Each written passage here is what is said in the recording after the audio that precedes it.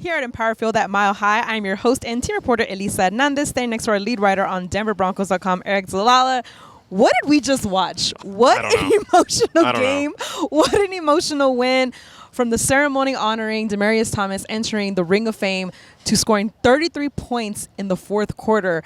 I don't even know how we begin to break this down of just the emotions and the magnitude of what this win was. Yeah, I think everyone had these cards pregame to throw up, and I think it felt like a little Mile High magic right there, right, with 88 honoring Demaryius Thomas. We heard Will Lutz say after the game that it felt like they were playing more than for just themselves today.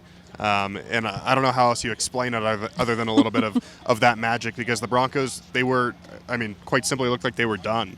And you look at just trailing by 19 points entering the fourth quarter. They haven't scored, and then they cut it to two possessions, and then again the Giants come right back down. They have kind of a weird deflection, and they score again.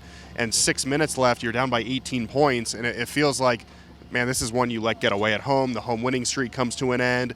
It happens in front of the Super Bowl 50 team, and there's going to be a lot of questions, and instead just this furious rally. And it took everybody, right? Yeah. It took Bo Nix playing a terrific fourth quarter. He had 2 touchdowns through the air, 2 touchdowns on the ground. Yeah. The Broncos scored 33 total points. It took Will Lutz. It took Marvin Mims making contested catches, and Courtland Sutton doing Courtland Sutton, and I think Demaryius Thomas type things through the air. And then it took a defense that made some plays. And I know the Giants, and credit to Jackson Dart and that offense, they came down the field. They scored a big touchdown there before the Broncos responded with the field goal. They're turning on the lights off. The party's not over, Elisa. We're still talking about this We're win. still here. But Justin Cernad gets a big interception that Sean Payton says is essentially potentially the game-winning play, right? Because you're able to steal a possession down there inside the 20-yard line. So it took everybody. It's only been an hour or an hour and a half since this game ended. I still don't really know what happened. I got to go back and rewatch it. Got to sit with it. But I think the biggest thing is it's emotional, right? Yeah. And I think because of DT and the Super Bowl 50 team, but mainly honoring DT and kind of knowing that he would have loved being a part of this game. And so to have him go in the Ring of Fame, his mom, his dad here, Gary Kubiak, Emmanuel Sanders presents him. It was just a really special day, and to get a win, and a win like that, Sean Payton says there's only 5 or 6 in your career that you get to be a part of, and you want to win more than you lose. They won this one.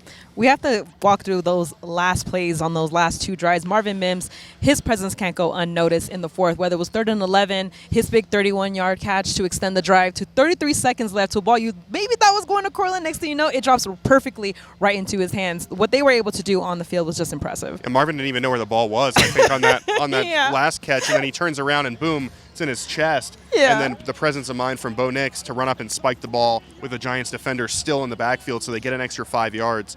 And then that play to Courtland Sutton, Sean Payton said they installed it yesterday. That play did not exist until yesterday. Sean Payton calls Courtland Sutton up to his office, says, here's a concept we might run in this situation, and then boom, in the game's biggest moments, that's exactly what they do. But yeah, Marvin made some plays. Troy Franklin catches one off a deflection, and then the 2-point conversion. It really, and it was kind of impressive that even after that last Giants drive, they found a way to still win. But there was a stretch there for 6 or 7 minutes where the Broncos needed every single thing to go their direction, whether it was getting the 2-point conversions, getting the Giants to not get their 2-point conversion or miss that extra point at the end. Like, everything needed to go a certain way for the Broncos to win, and it did. And they made the plays. I don't mean to suggest that it's just random. Like, they made those plays. They didn't give up. But man, it felt special, and yeah, this is one I don't think people are going to forget. Will Lutz was getting ready to kick the field goal. I asked Marvin Mims after the game, what were the emotions you were feeling? And he said, I closed my eyes. He said, I couldn't watch, and I just heard. He's like, I knew it was going to happen because it's Will Lutz, but hearing the roar of the crowd, I understood that we had accomplished something that was just truly special. When you look at what Bo Nix was able to do and this entire team, it cannot be stressed enough, the mental toughness that takes to go into the fourth quarter being down and coming out with a win. Yeah, Bo joked after the game that he was thinking, what am I going to say to the media when we're shut out and we don't score a single point? And then he found a way to get it going. He joins John Elway. He's the only players in Broncos history with 2 rushing touchdowns, 2 passing touchdowns in a single game. So he was impressive in the fourth quarter, and we mentioned all those guys that made plays. But there was this resiliency, this grit that I don't want to make comparisons necessarily, but all weekend we talked about the Super Bowl 50 team and how they won 9 one-score games that year. And we're now at a place where the Broncos have won 3 consecutive one-score games, 3 consecutive fourth-quarter comebacks. I mean, at a certain point, you learn how to do that, and it becomes part of your DNA. And I feel like we're seeing that happen for the Broncos. You got to fix things, right? And Sean Payton said after the game that you can't let the euphoria of this win distract you from the things we have to correct. But tonight we get to enjoy it. I know the guys are going to enjoy it. I think for us, watching this team continue to battle in the growing pains of what they've seen over the last few, it felt almost natural that they were able to pull this one out, given the fact that the fourth quarter was where they had been struggling. Yeah, and there were a couple plays there, whether it was the dart touchdown at the end with the pass interference call, or earlier you've got that bobbled touchdown we talked about where it looks like you've got a third down stop and instead he races 40 whatever yards for a touchdown. I think some teams would have let that be like, man, we gave it our best shot, and it's just not going to happen today. The Broncos didn't give in to that. And even when they scored with 37 seconds left, to me, I was like, they got time. I mean, the way that we've seen them play the last few drives, they've got time. And it, again, took a great throw, great pass to Marvin Mims and a terrific catch, and then the same to Cortland Sutton, and then Will Lutz doing his job. But there were so many times today they could have given up and been like, it's not our day.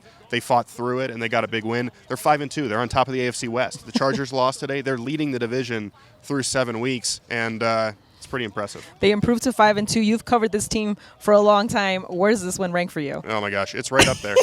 It's right up there. There's been some crazy ones over the years.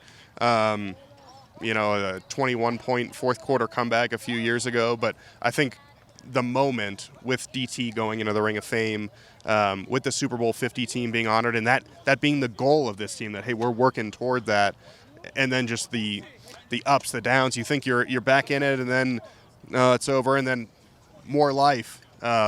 It's got to be right at the very top of the list. Well, we look forward to more Mile High magic because the Broncos will be back here next week to host the Cowboys. Once again, the Broncos defeat the New York Giants 33-32. I am your host and team reporter, Elisa Hernandez. Standing next to our lead writer on DenverBroncos.com, Aric DiLalla. Make sure you guys stay tuned with all the latest on DenverBroncos.com.